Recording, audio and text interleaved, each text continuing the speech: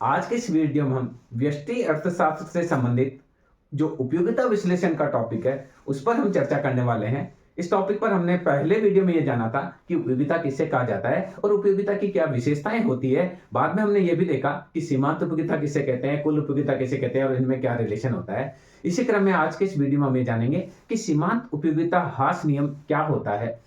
जैसा कि हम जानते हैं कि भी किसी भी वस्तु की उपयोगिता आवश्यकता की तीव्रता पर निर्भर करती है। जितनी आवश्यकता तीव्र होगी उतनी ही उस वस्तु की उपयोगिता ज्यादा होगी। जैसे हमको बहुत तेज प्यास लग रही है तो पानी का जो गिलास है वो हमें बहुत ज्यादा उपयोगिता देगा, और अगर हमारी आवश्यकता की तीव्रता कम है यानी हमारे को प्यास कम लग रही है तो पानी का गिलास हमें उपयोगिता कम देगा। इसी प्रकार से हमें बहुत तेज भूख लग रही है तो जो रोटी है वो हमें बहुत ज्यादा उपयोगिता देगी, रोटी की पहली कहीं हमें बहुत ज्यादा उपयोगिता देगी। और जैसे जैसे हम रोटी खाते चले जाएंगे प्रत्येक रोटी की अतिरिक्त इकाई से प्राप्त जो उपयोगिता है वो गिरती चली जाएगी, और एक स्तर ऐसा भी आएगा जब उपयोगिता शून्य हो जाएगी, यानी उसके बाद हम उस वस्तु का या रोटी को खाना बंद कर देंगे। इस प्रकार से कोई भी वस्तु की जो आवश्यकता की तीव्रता जितनी ज्यादा होती है उस वस्तु में उपयोगिता ही उतनी ज्यादा होती है, और जैसे जैसे उस वस्तु का हम उपभोग करते चले जाते हैं आवश्यकता की तीव्रता कम होने के साथ साथ उस वस्तु की उपयोगिता भी घटती चली जाती है, और एक स्तर ऐसा आता है जब उस वस्तु की उपयोगिता हमारे लिए शून्य हो जाती है। यदि उसके बाद भी हम उस वस्तु का उपभोग करते हैं तो वह उपयोगिता शून्य के बाद ऋणात्मक भी हो जाती है।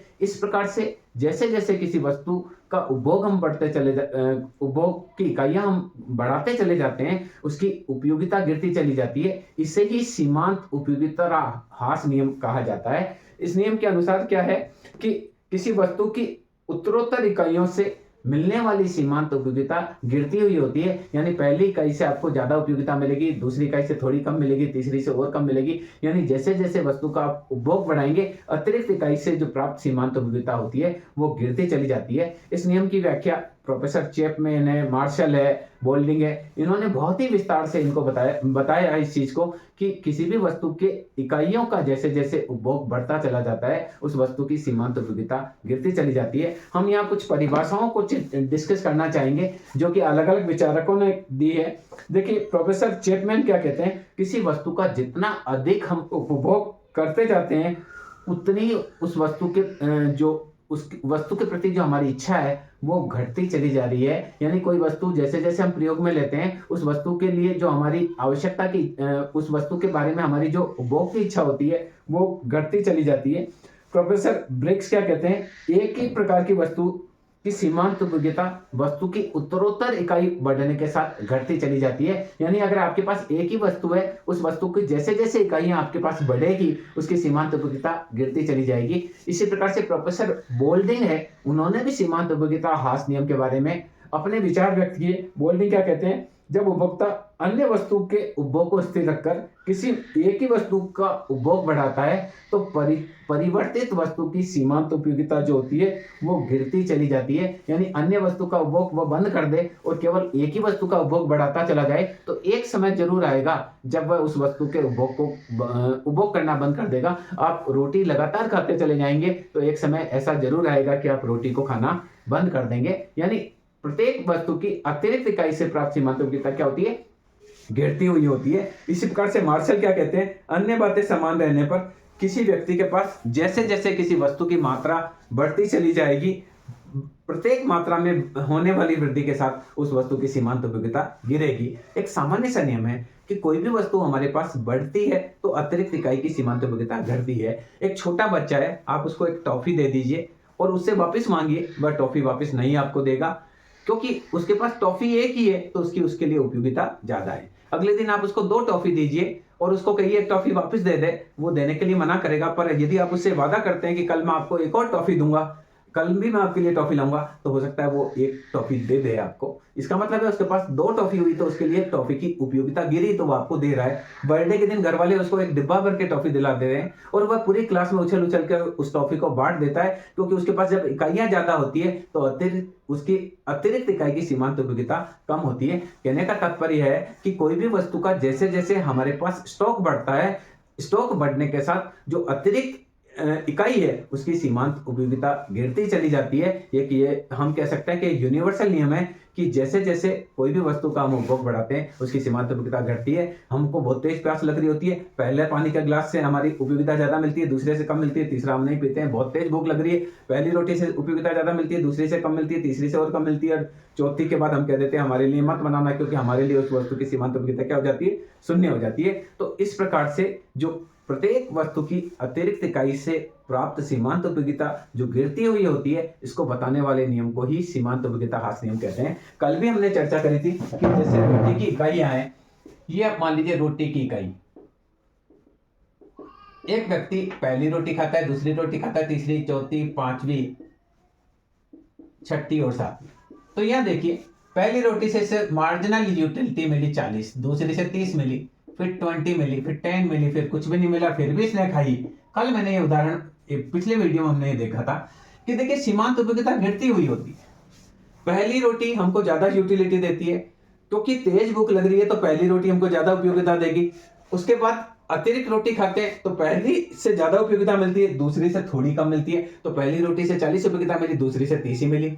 उसके बाद में और तेज तीसरी आपने रोटी खाई, तीसरी रोटी खाई तो 2 रोटी आप खा चुके हैं, तो तीसरी रोटी से और उपयोगिता आपको कम मिली, तीसरी रोटी से 20 ही मिली। चौथी आपने रोटी खाई, तो यहाँ देखिए टोटल यूटिलिटी की हम बात करें तो पहले वाली से 40 मिली, दोनों से 70 मिली, तीसरी रोटी खाई तो 90 हो गई, चौथी खाई तो 100 हो गई, पांचवी से 100 की 100 रही, यहाँ 90 हो गई, यहाँ 70 हो गई। ये कल हमने बात करी। तो यहाँ देखिए अब सीमांत उपयोगिता क्या होती है। मार्जिनल यूटिलिटी, पहली रोटी से सीमांत उपयोगिता 40 मिली, दूसरी रोटी से 30 ही मिलती है, तीसरी से 20 ही मिलती है, चौथी से 10 ही मिलती है। इस प्रकार से जैसे जैसे हम किसी वस्तु का उपभोग बढ़ाते हैं, सीमांत उपयोगिता गिरती चली जाती है और पूर्ण संतुष्टि के बिंदु पर सीमांत उपयोगिता शून्य हो जाती है। यदि उसके बाद भी हम उस वस्तु का उपभोग करते हैं तो वह उपयोगिता के स्थान पर ऋणात्मक उपयोगिता देने लगती है। और यहाँ देखिए, अगर हम इसको चित्र से बताएं तो देखिए सीमांत उपयोगिता ह्रास नियम को देखें तो यहाँ देखिए 10, 20, 30, 40, 50, ये सीमांत उपयोगिता 10, 20, 30, 40 और 50। और रोटी की इकाइयां 1, 2, 3, 4, 5, 6 और 7। तो यहां देखिए, अगर वस्तु ऐसी है, दो प्रकार की वस्तु होती है, एक वस्तु होती है अविभाज्य वस्तु, दूसरी होती है विभाज्य वस्तु। जैसे रोटी, ये बहुत सारी वस्तु है, जैसे आप चीनी ले रहे हैं तो चीनी को आप टुकड़ों में बांट सकते हैं, दूध ले रहे हैं तो टुकड़ों में बांट सकते हैं। पर कुछ वस्तु ऐसी है जिनको आप टुकड़ों में नहीं बांट सकते। आप मोटरसाइकिल लेंगे तो एक के बाद आपको दूसरी मिलेगी, 1.5 मोटरसाइकिल नहीं ले सकते, आप 1.5 रोटी ले सकते हैं, आप 150 ग्राम चीनी ले सकते हैं। पर कुछ वस्तुएं अविभाज्य होती है, उनको टुकड़ों में नहीं लिया जा सकता। तो अगर वस्तु अविभाज्य है तो देखिए, अविभाज्य की हम बात कर रहे हैं जिसको टुकड़ों में नहीं बांट सकते, तो यहां ऐसी स्थिति में पहली रोटी से 40 सीमांत उपयोगिता मिलती है, दूसरी से 30 सीमांत उपयोगिता मिलती है, तीसरी से 20 सीमांत उपयोगिता मिलती है, चौथी से 10 मिलती है, पांचवी से कुछ नहीं, छठी से -10 और ये -20। इस प्रकार से देखिए, ये जो सीमांत उपयोगिता है ये गिरती चली जा रही है। ये ह्रासमान सीमांत, यहाँ 40 थी, यहाँ 30 हो गई, यहाँ 20 हो गई, यहाँ 10 हो गई। तो ये चीज बताता है, यहाँ देखिए शून्य सीमांत उपयोगिता हो गई, यहाँ -10 हो गई, यहाँ -20 हो गई। यानी सीमांत उपयोगिता जो होती है वो लगातार गिरती हुई होती है। पहली रोटी से, पहली इकाई से उपयोगिता ज्यादा मिलती है, दूसरी से और कम, तीसरी से और कम, चौथी से कम। एक समय ऐसा आता है जब पूर्ण संतुष्टि आ जाती है तो सीमांत उपयोगिता शून्य हो जाती है। अगर वस्तु अविभाज्य है तो इस प्रकार से ये ब्लॉक्स के रूप में डायग्राम बनेगा। और अगर विभाज्य वस्तु है जिसको टुकड़ों में बांट सकते हैं, छोटे छोटे अगर हम उस वस्तु के टुकड़े कर सकते हैं, तो ऐसी स्थिति में क्या होगा, इसका भी हम चित्र बनाकर देखते हैं। देखिए, अगर वस्तु अगर विभाज्य है, यानी जिसके छोटे छोटे हम टुकड़े कर सकते हैं, तो यहां देखिए छोटे छोटे अगर हम टुकड़े कर सकते हैं तो देखिए 10, 20, 30, 40, 50। और ये रोटी की इकाइयां 1, 2, 3, 4, 5, 6, 7 वॉटेवर। मान लो x वस्तु ऐसी जिसको छोटे छोटे टुकड़ों में बांट सकते हैं। तो पहली इकाई से मिली 40 सीमांत उपयोगिता, दूसरी से मिली 30 सीमांत उपयोगिता, तीसरी से मिली 20 सीमांत उपयोगिता, चौथी से मिली 10 सीमांत उपयोगिता, पांचवी से मिली 0 या -10 और ये -20।